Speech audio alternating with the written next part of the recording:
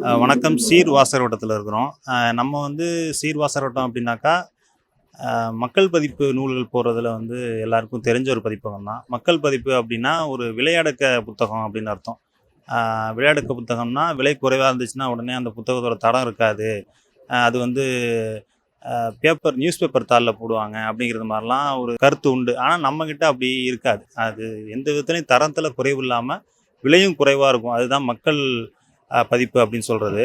அந்த வகையில வந்து நம்ம ஒரு 2000 2020லேருந்து நம்ம புத்தகங்கள் வந்து கொண்டு வந்துட்டுருக்கோம். புதுமைப்பித்தன் உருவாக்கி ஆரம்பிச்சு, அதன் பிறகு தொடர்ச்சியா நெறைய புத்தகங்கள் இது மாதிரி விலை குறைவான புத்தகங்கள் கொண்டு வந்திருக்கோம். இந்த வருடம் பார்த்தீங்கன்னா, ஓநாய்க்குள்ள சின்னம். ஜியாங் ராங் அவரு சைனாவுல ரொம்ப ஃபேமஸான ஒரு நாவல். அ அந்த நாவல் வந்துட்டு நம்ம இங்க மக்கள் பதிப்பா இந்த வருஷம் கொண்டு வந்திருக்கோம். விலை ரூ. 250.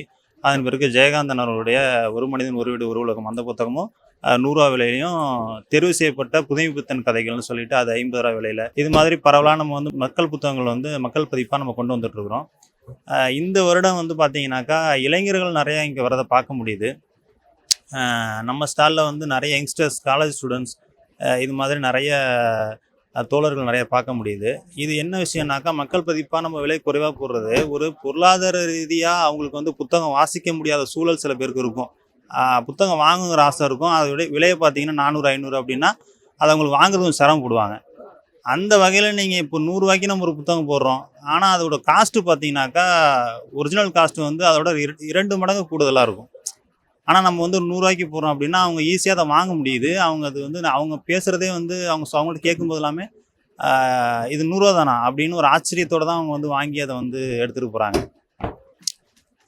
இன்னொரு தோழர் வந்து நம்மகிட்ட ஒரு பகிர்ந்துக்கிட்டாங்க ஒரு செய்தி. என்னன்னா, அவங்க ரூ. 100க்கு புதுமைப்பித்தன் போட்டபொழுது, அவங்க வாங்கி ஒரு 2 பேர் கேட்டிருந்திருக்கிறாங்க. அப்புறம் வந்து இவங்கள்ட்ட புக்கு கலெக்ட் பண்ண வரும்போது, அந்த நபர் எப்படி இருந்தாருன்னு கேட்டா, அ கொத்தனார் வேலை பார்க்குறாங்க இல்லையா?